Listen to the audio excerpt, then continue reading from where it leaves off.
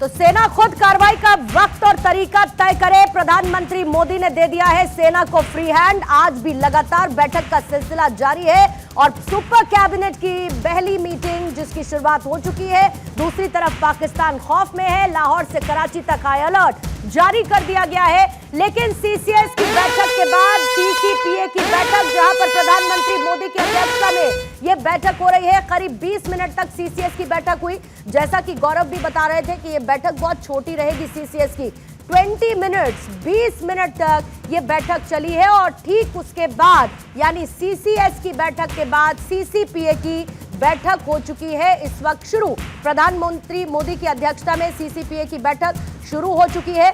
इसके साथ ही सीसीईए यानी कि जो cabinet committee on economic affairs है और कैबिनेट की बैठक ये भी साथ साथ होने वाली है। अदिति, जल्दी से इस बैठक को लेकर कंबाइन होगी, क्लब होगी, अलग अलग होगी, कितनी देर की होगी?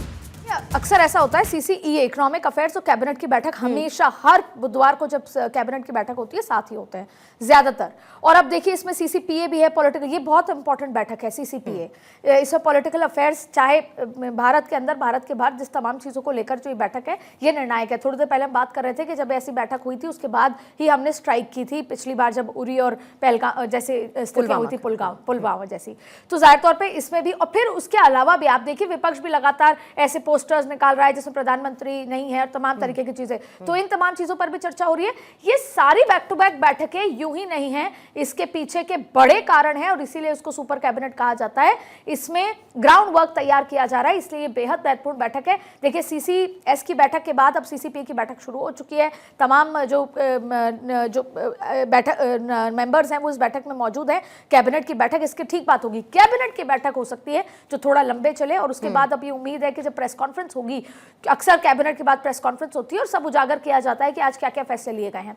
क्योंकि ये इस स्थिति में हो रही है जहां सरकार ने ज्यादातर चीजें स्थगित कर दी है, संगठन की हो या कोई कार्यक्रम हो, तो ऐसे में इसको वॉर से जुड़ा या एक्शन से जुड़ा मान सकते हैं। तो एक तरफ तो किस तरीके से संगठन को सक्रिय करना है, अलग अलग जगह जिस तरीके की भ्रांतियां भी फैल रही है, यही वजह है कि 17 यूट्यूब और पाकिस्तान के कर दिए बंद। दूसरी बड़ी बात है कि आप अपने अपने जगह रहिए, सरकार एक्शन प्लान क्या होगा। और तीसरी बड़ी बात है कि पॉलिटिकल अफेयर कमेटी में महत्वपूर्ण फैसले लिए जा सकते हैं, इसलिए इसको कंबाइंड तरीके से देखें तो ये तमाम बैक टू बैक। और ऐसा नहीं है, अभी सूत्र बता रहे हैं कि जैसे ही बैठक खत्म होगी एक बार फिर आपको नजर आएगा कि गृह मंत्री और प्रधानमंत्री और एनएसए की भी मुलाकात संभव है इसके ठीक बाद। तो जाहिर तौर पर आज पूरे दिन ताबड़तोड़ महत्वपूर्ण बैठकों का दौर चलता रहेगा। इस बीच में सीसीपीए पॉलिटिकल अफेयर वाली बैठक शुरू हो चुकी है, महत्वपूर्ण बैठक। ठीक है, आलोक साय साहब आपके पास आते हुए, और सबसे बड़ी बात कि हर एक बैठक के बाद अदिति एक पैटर्न की अलग से एक बैठक देखने को मिल रही है जिसमें प्रधानमंत्री, गृह मंत्री शामिल हैं, रक्षा मंत्री भी उसका हिस्सा बन रहे हैं। तो अलग से भी एक बार चर्चा की जा रही है। जाहिर है कि एक वो फाइनल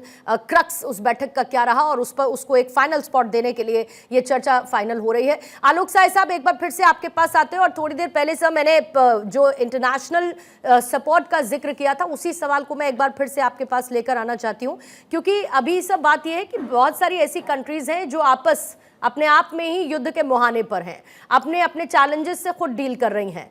भारत एक ऐसा देश है जो लगातार ग्रो कर रहा है, जिसका अभी अदिति ने भी जिक्र किया। अभी रिपोर्ट आई आईएमएफ की 2025 में ही हम चौथी बड़ी अर्थव्यवस्था के तौर पर खुद को पहचाने जाएंगे और हम उस तरीके से ग्रो कर रहे हैं।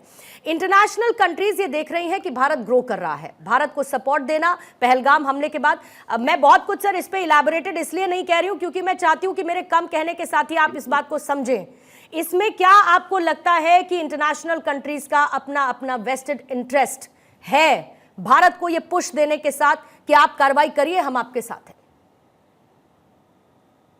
देखिए, अभी तो ऐसा मुझे नहीं लग रहा है कि कोई वेस्टेड इंटरेस्ट भारत को पुश करने की कोशिश कर रहा है, क्योंकि जितनी भी तरह की खबरें आ रही हैं वो न्यूट्रल करने की, सिचुएशन को कैसे न्यूट्रल किया जाए, इसी तरह के वक्तव्य आए हैं। और कुछ देशों ने हाँ जरूर खुल के भारत का समर्थन किया है कि पाकिस्तान जो पहलगाम में टेररिस्ट अटैक हुआ है वो बहुत ही गलत हुआ है और भारत के वो साथ है, टेररिस्ट के साथ लड़ाई में वो भारत के साथ खड़े हैं। देखिए, मैं आपका जो सवाल है ना उसको मैं ऐसे बताना चाहूंगा कि यूक्रेन युद्ध के बाद जो जियोपॉलिटिक्स में अंतरराष्ट्रीय समीकरण बने हैं उसमें रूस बहुत क्लोज आया है भारत के, और वो इतना क्लोज आया है कि रूस की मदद से इंडो चाइना कॉन्फ्लिक्ट और टेंशंस को डिफ्यूज किया गया था कुछ ही दिन पहले।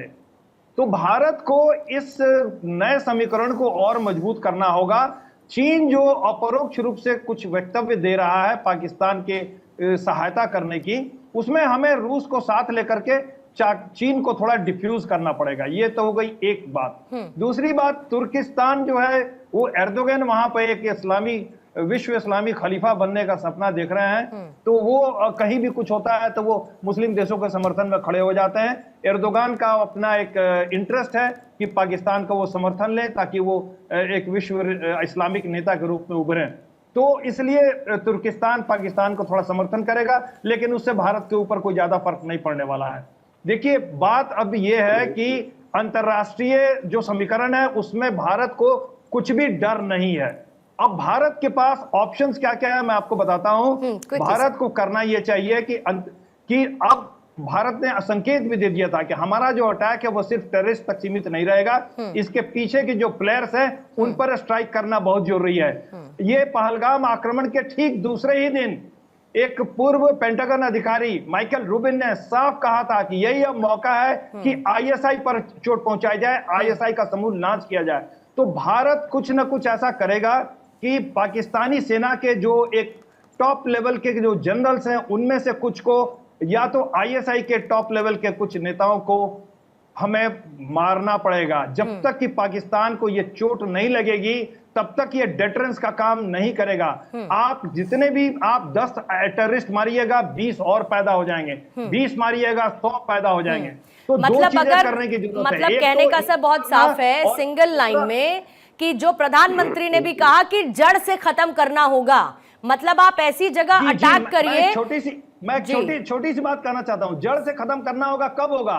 जब ये ब्रीडिंग ग्राउंड बंद करेंगे हम। Right sir. आप देखिए, आप जो जहरीली शराब से लोग मारे जाते हैं, तो जहरीली शराब की फैक्ट्री का हम पता लगा करके उसका नाश करते हैं कि नहीं? तो उसी तरह से ये जो जिहादी मानसिकता के जो फैक्ट्रियां चल रही हैं, जिस तरह से बच्चों को चेंज करके तैयार किया जा रहा है, ये वहीं से तो इनको खाद मिल रही है ना, वहीं से बच्चे जा रहे हैं और जिहादी बन रहे हैं, मिलिटेंट ऑर्गेनाइजेशन ज्वाइन करते हैं। तो अगर हमें समूल नाश करना है आतंकवाद का, तो हमें ये जो जनरेटिंग ब्रीडिंग ठीक है सर, ब्रीडिंग ग्राउंड पर अटैक करना होगा और ये भारत की स्ट्रैटेजी होनी चाहिए। मुझे एक बहुत छोटे से ब्रेक ले यहाँ पर रुकना है। आप सभी मेहमान मेरे साथ बने रहेगा, आदित्य भी लगातार हमारे साथ बने हुए हैं। तो देखिए, पाकिस्तान बयानबाजी कर रहा है सो कर रहा है। पाकिस्तान कह रहा है हमारे पास पुख्ता जानकारी है, 24 से 36 घंटे में भारत हमला कर देगा। एलओसी से लेकर इंटरनेशनल बॉर्डर्स पर किस तरीके की टेंशन को क्रिएट करने में इस वक्त पाकिस्तान लगा हुआ है। सब छोड़ दीजिए, पाकिस्तान क्या कर रहा है, भारत की बात करते हैं। भारत कर रहा है इंपॉर्टेंट बैठक, यानी चर्चा के बाद एक्शन, और एक्शन का रिजल्ट पूरी दुनिया के सामने भारत को रखना है, क्योंकि आतंकवाद को जड़ से खत्म करने का प्रण भारत ले चुका है।